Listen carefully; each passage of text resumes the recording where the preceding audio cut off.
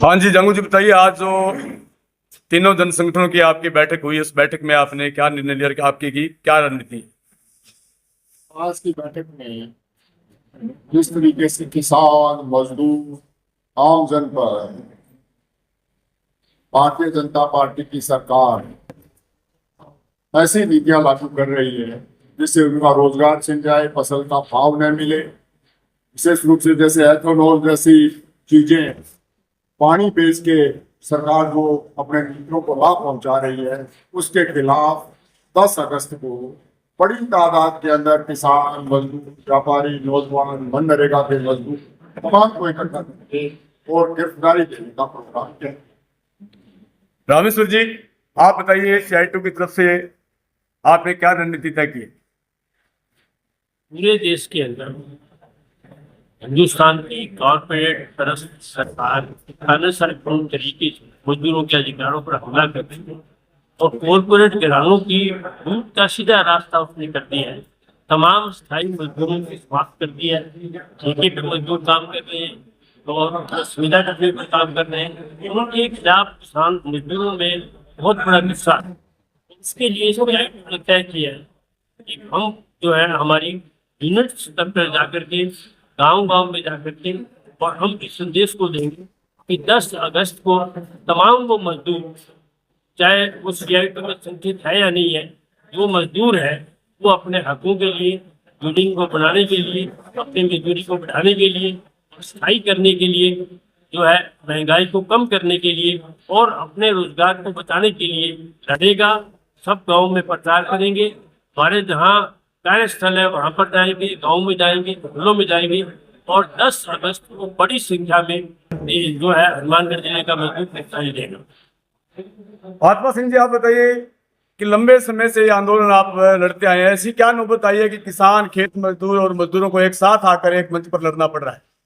आज किसान की बुरी हालत है। किसान ने अपने खेत में कणक बोई और उसको कणक खरीदने वाला कोई नहीं था। मजदूर है जो गारंटी थी कि हम रोजगार चला करके, नरेगा चला करके हम गारंटी लेते हैं, उसको आज खत्म करने जा रही है भारतीय जनता पार्टी की सरकार। इसी तरीके से जो आज तेल, जो अभी मेरे साथी ने जिक्र किया, जो तेल जो आ रहा है वो इतना पानी की तरह आ रहा है और बहुत सारे व्हीकल खराब हो रहे हैं, गाड़ियां खराब हो रही है। मेरा खुद का मोटरसाइकिल खराब हो गया। फिर मेरे को किसी ने बताया कि एक पेट्रोल पंप से जो पावर बढ़ा है 127 रुपए लीटर है, वो उसमें डलाओ, उससे पैदा रहेगा। अब हर एक आदमी के पास 127 रुपए नहीं है, वो कैसे डलाए और कैसे डले? ये सरकार की नीति है कि ये गाड़ियां खराब हो और दूसरी नई गाड़ियां हमारी कंपनियां जो नहीं है वो उनका विकल्प खरीदा जाए। ये साफ सीधी सदी है।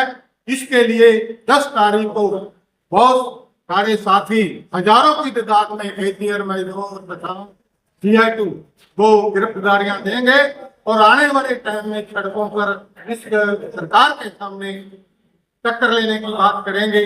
हमारी जय मानिया सारी कि सरकार इस पर सोचे, लगातार हम सड़कों पे आएंगे। रामेश्वर जी, एक बात बताइए, किसानों का, मजदूरों का अभी पिछले दिनों लगातार जो आंदोलन यहाँ हनुमानगढ़ में देखे गए, किसान बहुत ही कम नजर आए। तो अभी आप जो किसानों के साथ, खेत मजदूरों के साथ जो मिलकर संघर्ष कर रहे हैं, ये आपको कैसे महसूस हुआ कि तीनों ताकतों को मिलकर ही संघर्ष करना चाहिए, जबकि तीनों संगठन एक दूसरे के काफी समय से पहले विपरीत भी रहे? असल में हिंदुस्तान कृषि प्रधान देश है और यहाँ पर खेती से जुड़े हुए लोगों की संख्या 65% है और हमारी जो सरकार है वो यहाँ अमेरिका का नियम लागू करना चाहती है।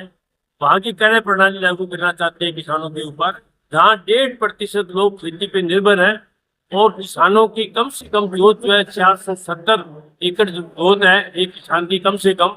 हमारे यहाँ स्थिति है कि 1 कनाल, 2 कनाल, बीघा, 2 बीघा, 3 बीघा, 86% लोगों के पास 5 एकड़ से कम जमीन है और सरकार की तरफ से 1.5-2% हमें सब्सिडी मिलती है। किसानों में बहुत भारी गुस्सा है इस आंदोलन में कितने आए, किसमें कितने आए, ये दिगर बात है। पर हम उन किसानों को राजनीतिक तौर पर, आर्थिक तौर पर इस सारे सवाल को लेकर के जाएंगे और वो किसान भी इस आंदोलन में बड़ी संख्या में आएंगे। जंगू जी, एक बड़ा कठिन सवाल है। आप किसानों के बड़े नेता हैं। मजदूरों का किसानों के साथ बड़े पुराने समय से जो है मजदूरी के सवाल पर, उनके जो जमीन जोतते थे उनके सवाल पर बड़ा संघर्ष रहा है। अभी परिस्थितियां कुछ चेंज हुई हैं, तो आप इस आंदोलन में या अभी जो बदली हुई परिस्थितियां, इस आंदोलन में किस रूप से संयुक्त मंच के हिसाब से आप इस तरह को देखते हैं कि ये तीनों एक लामबंद हो पाएंगे, आप इनको कर पाएंगे? देखिए, खेत मजदूर और किसान में वैसे कोई टकराव नहीं। आप जो मजदूरी की बात कर रहे हैं कि मजदूरी को लेकर टकराव, वो टकराव न होके दूसरी बात मैं इसमें कह रहा हूं कि ये जो आधुनिक मशीनें आई, इन्होंने खेत में मजदूर का काम ही नहीं छोड़ा है। केवल कपास चुनना और कोई बाजरी बीज ले तो उसके छिट्टे तोड़ना, वो भी अब एक मशीन आ गई, वो तोड़ रही है। इसलिए आपस में टकराव नहीं है, दोनों अलग। मजदूर को तो काम नहीं मिल रहा है, जो खेत मजदूर था उसको काम नहीं मिल रहा है, और किसान को जो ये महंगी चीजें आ गई उसकी वजह से कोई बचत नहीं हो रही है। और दूसरा, उसकी जो आर्थिक नीतियां मोदी सरकार ने लागू की है उसके बाद में उसकी फसलों का भाव भी नहीं है। न उसको यूरिया मिल रहा है, न डीएपी मिल रही है, न एमओपी मिल रही है, समय पर कोई चीज नहीं मिल रही है। इसलिए आप जो कहना चाह रहे हैं उसमें मैं स्पष्ट कर दूं कि आज कहने की बात अलग है कि मनरेगा में केवल मजदूर जाता है। अगर आप गांव की गलियों में जाएं, गांव के मस्ट्रोल चेक करें, तो 70% से ज्यादा किसान परिवार मनरेगा में लगे हुए हैं, नहीं तो उनके परिवार की हालात खराब हो जाए। ऐसी स्थिति है क्योंकि हमारे यहाँ पर 5 और 7, 8 और 10 बीघे वाले किसान हैं, इसलिए ये बटे हुए नहीं है। अब जब आप देखेंगे कि हम पूरा प्रयास करेंगे कि ज्यादा से ज्यादा लोग आए। यहाँ के पानी के आंदोलन में यहाँ के मजदूरों ने, चाहे खेत मजदूर थे चाहे सीटों के मजदूर थे, सबने हमेशा किसानों का साथ दिया है। वो जानते हैं कि अगर किसान के पास फसल होगी तो वो बाजार आएगा, तभी उनका काम चलेगा। इसलिए इस तरह की बात, इस तरह का कोई वैमनस्य आपस में नहीं है। ये एकजुटता आने वाले दिनों में और मजबूत होगी। खेत मजदूर और किसान मिलकर इस सरकार के खिलाफ अपने हितों के लिए लड़ेंगे। एक अंतिम सवाल की, अभी पूरे देश में जो ट्रेड डील हुआ है मोदी जी का, और उसको लेकर पूरे देश में जो किसान है और उसी को लेकर किसान सभा आपके ने ये कार्यक्रम जो है 10 अगस्त को रेल भरो आंदोलन है, तो जो किसानी के अलग अलग जो किसान संगठन है, अलग अलग अपने उनसे बिलोंग करते हैं, उनका इस आंदोलन में क्या रहेगा? देखिए, मुझे याद आता है 1992 में जब देश में खुली नीतियां लागू की गई, उस पर हस्ताक्षर किए गए, तब किसानों को बुलाया गया कि तुम्हारा गुआर अमेरिका जाके बिकेगा। ये कहा गया, परंतु हालात ये हो गई कि आज किसान की फसल बाजार में ही नहीं बिक रही है। और अमेरिका के साथ जो ट्रेड डील की है उसमें केवल खेती से संबंधित चीजें नहीं, सारे उपकरण और विशेष रूप से जो जीएम प्रोडक्ट आएंगे वो हर आदमी को बीमार करके चले जाएंगे। जीएम प्रोडक्ट बहुत बड़ा खतरा है। हमारे देश की सरकार ने, चाहे मनमोहन सिंह की कमजोर सरकार जिसको लोग कहते हैं वो रही हो, उन्होंने कहा कि हम जीएम खेती हिंदुस्तान के अंदर नहीं होने देंगे। आज अमेरिका में जीएम खेती होती है, वहां पे मक्का सबसे ज्यादा होता है, इसलिए वो एथेनॉल की जो यहाँ पे ज्यादा प्रयोग करने की बात हो रही है, उसके पीछे अमेरिका का मक्का भी है। यहाँ घी भी आएगा, यहाँ मक्खन भी आएगा, यहाँ मांस भी आएगा, तो यहाँ का किसान, यहाँ का मजदूर क्या खाएगा?